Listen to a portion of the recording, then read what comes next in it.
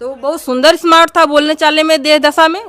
नहीं मैडम जी, आप फोटो साहब खुद ही बूढ़वा जी हुए थे, नहीं थे, ऐसी बात नहीं। 50 साल की इंसान कैसा रहेगा, बाल वाल पूरा झड़ गया मैडम जी उसका। हाँ मैडम। आपसे ज्यादा कमाता था ड्राइवरी से?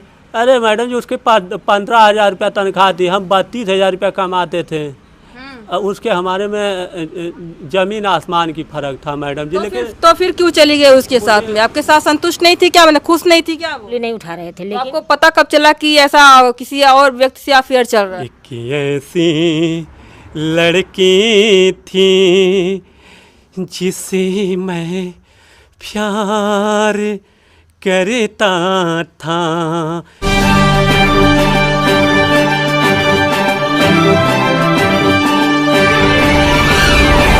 नमस्कार, मैं हूं अर्चना यादव। अभी हम लोग हैं तहवरपुर थाना क्षेत्र के एक गांव में, जहां पर एक घटना हुई है। एक बहू शादी के 2 साल बाद ही एक यादव को लेकर के, जो अधेड़ उम्र का यादव था जिसके पास कुछ बच्चे थे, 3-4 बच्चे, उसको लेकर के फरार हो गई है।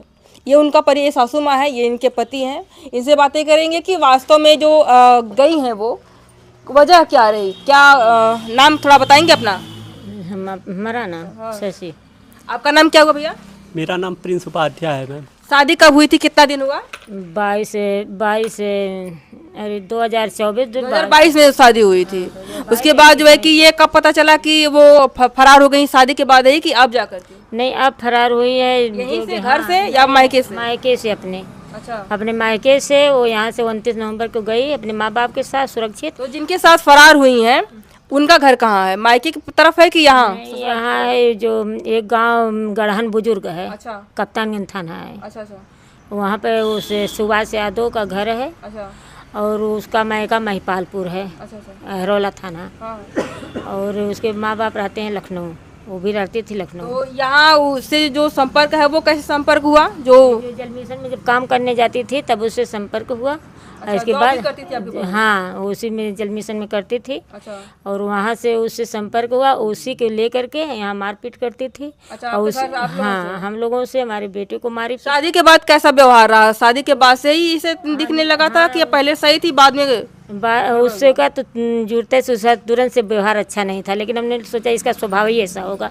हमें उसके चरित्र पे उंगली नहीं उठा रहे थे। तो लेकिन आपको पता कब चला कि ऐसा किसी और व्यक्ति से अफेयर चल रहा है? जब वो नौकरी करने गई यहाँ और उससे बातचीत चलने लगी तो अफवाह उड़ने लगा। तो हमारे कान तक आ रहा, तो कोई ना कोई बताता था कि वो गलत है। फिर आता था 5 बजे, वो आती थी 9 बजे। अच्छा, तो पता नहीं चलेगा कि आखिर वो ड्राइवर के साथ 9 बजे तक क्या कर रही थी, कहाँ। जब 5 बजे छुट्टी हो जा रही है और 5 बजे हमारा बेटा आ जा रहा था दूसरी गाड़ी से, तो क्यों आ रही थी 9 तो बजे? जब आप ही वहीं पे ड्यूटी करने जाते थे और वो भी वहीं जाती थी, तो आप दोनों लोग अलग अलग क्यों जाते थे? वही अलग करा दी सर मतलब अलग अलग, मतलब क्या है कि हमारा मतलब हम उसमें कोऑर्डिनेटर थे अच्छा और ये ट्रेनर थी।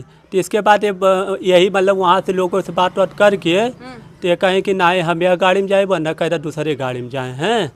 हम तो दूसरे आपने मना नहीं किया कि हमारी पत्नी है और हमारे साथ इनको भेजिए, दूसरी गाड़ी में क्यों लेके जाएंगे? अरे हमने कहा तो वहाँ के जो अधिकारी लोग उनको समझाएं, तो वो नहीं मानी हैं। हाँ। तो फिर बाद में हमसे लगे कि अरे ना है, तू वह गाड़िया में चल जाल करा, ये गाड़िया में हम चल जाते हैं।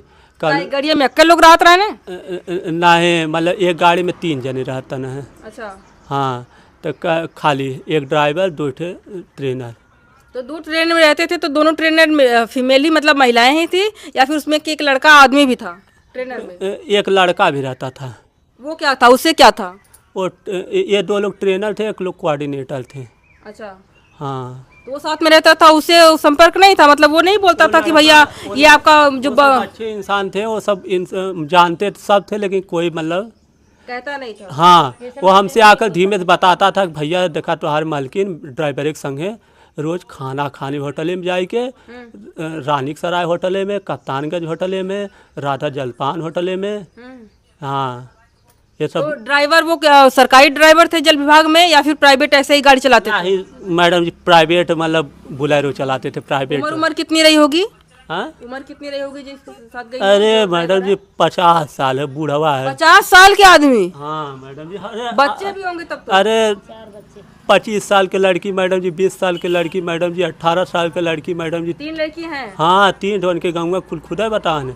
एक थे लड़का भी है वह। अच्छा, हाँ, चार ठे ये झूठ बोले कि हमरे मैडम थे कि हमरे पास एक ठे लड़की एक ठे लड़का हवे। अब बाकी ऐसा ना रहल, ओकरे पास 3 ठे लड़की एक ठे लड़का रहल है, हैं एक ठे मेहरारू हवे साहब, ये जान ली। तो वो बहुत सुंदर स्मार्ट था बोलने चालने में, देह दशा में। ना है मैडम जी, आप फोटो साहब खुद है बूढ़वा जी हुए थे, नहीं थे, ऐसी बात नहीं। 50 साल की इंसान कैसा रहेगा, बाल वाल पूरा झड़ गया मैडम जी उसका। हाँ मैडम, आपसे ज्यादा कमाता था ड्राइवरी से।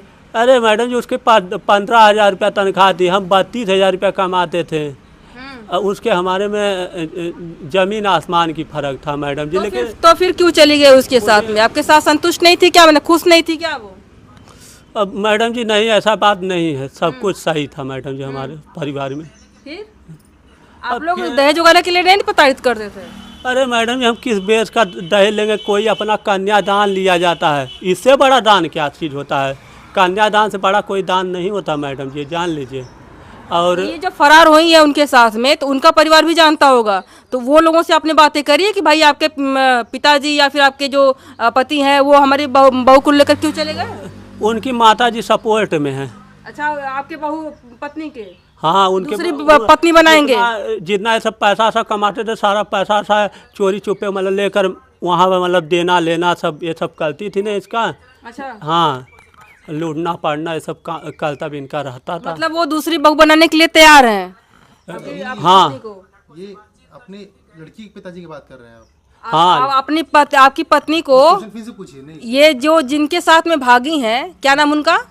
सपना उपाध्याय, आपकी पत्नी नहीं, जिनके साथ गई हैं, जग्गू उर्फ सुभाष यादव। सुभाष यादव के साथ जिसमें गई हैं जब, तो उनकी जो पत्नी है, उनके बच्चों से आपने बातें करी, उनकी माँ से बातें करी कि हमारी पत्नी के साथ क्यों चले गए? उनके पास एक लड़की है जो इस टाइम BA कर रही है, वो SS पब्लिक स्कूल में पढ़ाती थी। उससे हमने मिला था तो बेचारी रोने लगी तुरंत हमें पकड़कर। क्या बोली? कही भैया मुझे अपने बाप का बेटी होना एक मुझे गुनाह मालूम दे रहा है। शर्मिंदगी महसूस? हाँ, कि मेरा बाप ऐसा कर सकता, मेरी शादी तय है। आज कहीं न कहीं मेरी शादी करना चाहिए। आज हमारा बाप हमको दुश्मन बना रहा है, अथवा शादी कर रहा है, गाली दे रहा है। हाँ। अच्छा, वहाँ पर उस परिवार से भी उसका रिश्ता उस सुभाष यादव का भी सही नहीं है?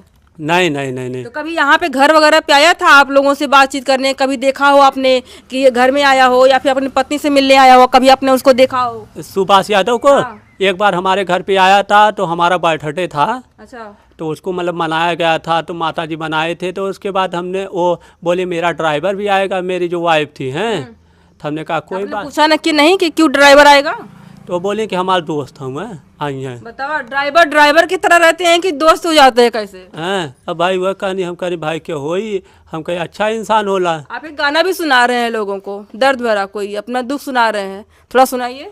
अरे मैडम जी रुकिए, सुना दे रहा हूँ जब आपकी इच्छा है। क्योंकि जो है कि गाने ना दर्द थोड़ा ज़्यादा बयान करते हैं और वो फीलिंग भी देते हैं कि आप किस भाव से गुजर रहे हैं, तो थोड़ा सुनना चाहेंगे? हो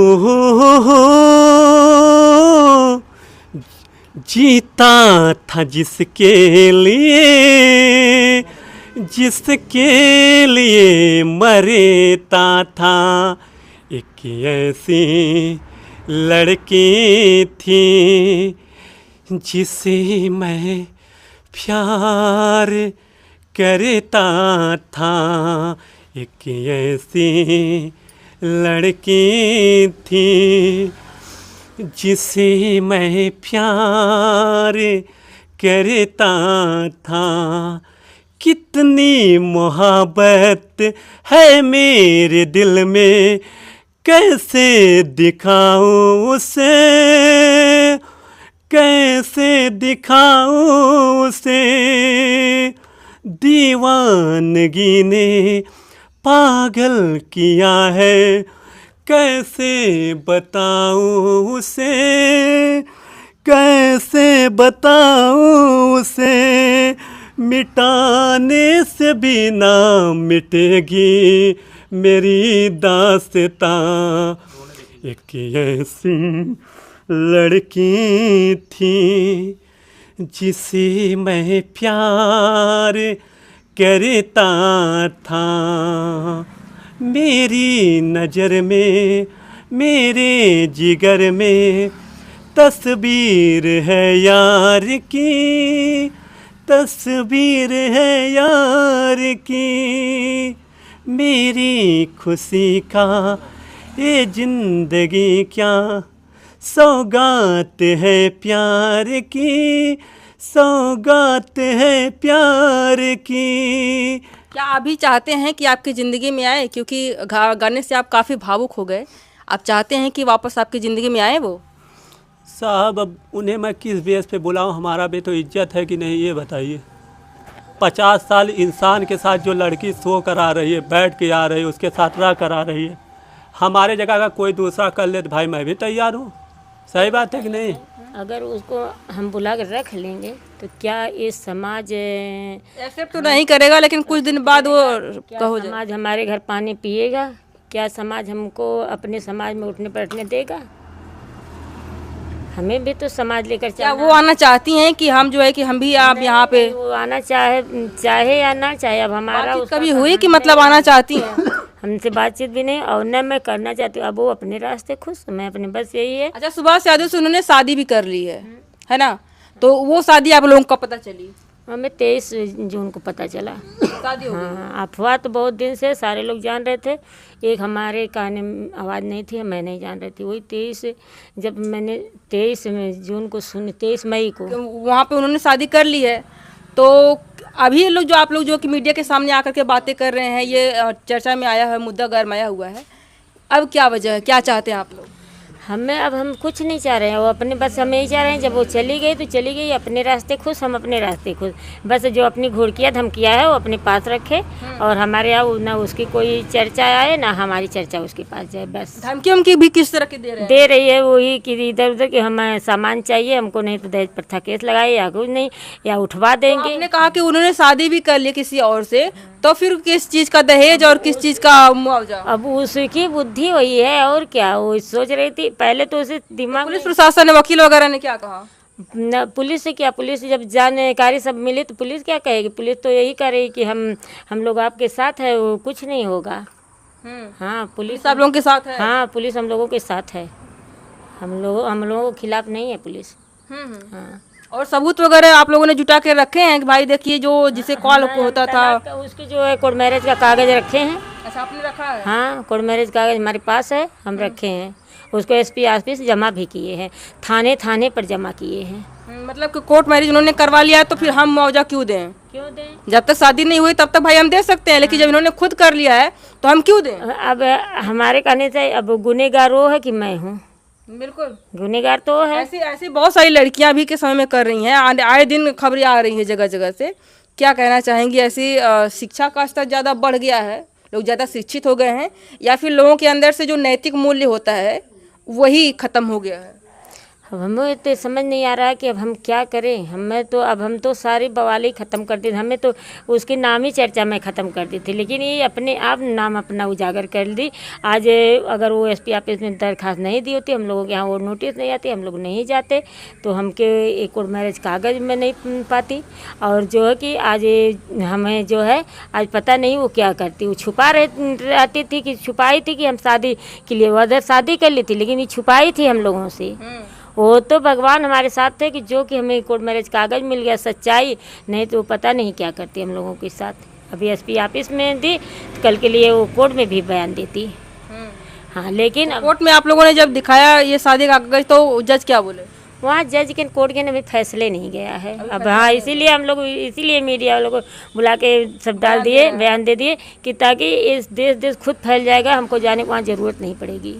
क्या नहीं, जाने का जरूरत तो पड़ेगी, लेकिन आपका थोड़ा केस मजबूत हो जाएगा कि लोग जानेंगे कि हाँ भाई गलती लड़कियों के भी होती है, और जिस तरह से कानून का मिसयूज होता है, यहाँ पे आपको एक उदाहरण मिल रहा है। आवाज़ क्या ये जज तक नहीं पहुँचेगी, ये खबर जज के पास नहीं पहुँचेगी, वकील के पास नहीं पहुँचेगी, कानून जितने नहीं पहुँचेगी नहीं? क्यों नहीं पहुँचेगी? जरूर पहुँचेगी।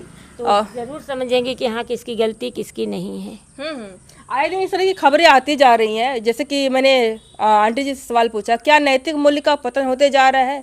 क्योंकि हमारे समाज में आए दिन ऐसी खबरें देखने को मिल रही हैं, और ख़ास करके एक उम्र का लहजा नहीं रह रहा है, कोई किसी को लिहाज नहीं रहा है, कोई 50 साल का बुजुर्ग लेके भाग रहा है, तो कोई बच्चों के पिता को लेकर के भाग रहा है। भाई बताइए क्या स्थिति है। और जैसा एक चीज़ और है कि औरतों का खासकर एक समय था जब पीड़ित हुआ करती थी, और आज के समय में जब उनको शिक्षा मिला है, पर मिला है अपना प्रसार करने के लिए, अपनी आज़ादी हक लेने के लिए, तो जैसे ही उनको आज़ादी मिली उसका इतना ज़्यादा दुरुपयोग हो रहा है।